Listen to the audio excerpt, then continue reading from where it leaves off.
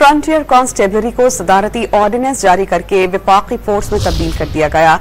FC को reserve force के तौर पर इस्तेमाल किया जा सकेगा, जो इस्लामाबाद पुलिस, सूबाई पुलिस और दीगर कानून नाफिज करने वाले इदारों की मुआवनत में खुसूसी फराइज अंजाम देगी। विफाकी कांस्टेबलरी की कमान इंस्पेक्टर जनरल के पास होगी, जिसकी मुआवनत पुलिस सर्विस के दीगर अफसरान करेंगे और ये force security and federal reserve division के नामों से 2 डिविजन्स पर मुश्तमिल होगी।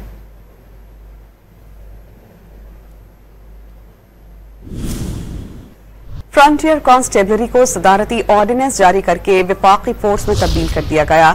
एफसी को रिजर्व फोर्स के तौर पर इस्तेमाल किया जा सकेगा, जो इस्लामाबाद पुलिस, सूबाई पुलिस और दीगर कानून नाफिज करने वाले इदारों की मुआवनत में खुसूसी फराइज अंजाम देगी। विफाकी कांस्टेबलरी की कमान इंस्पेक्टर जनरल के पास होगी, जिसकी मुआवनत पुलिस सर्विस के दीगर अफसरान करेंगे और ये force security and federal reserve division के नामों से 2 डिविजन्स पर मुश्तमिल होगी।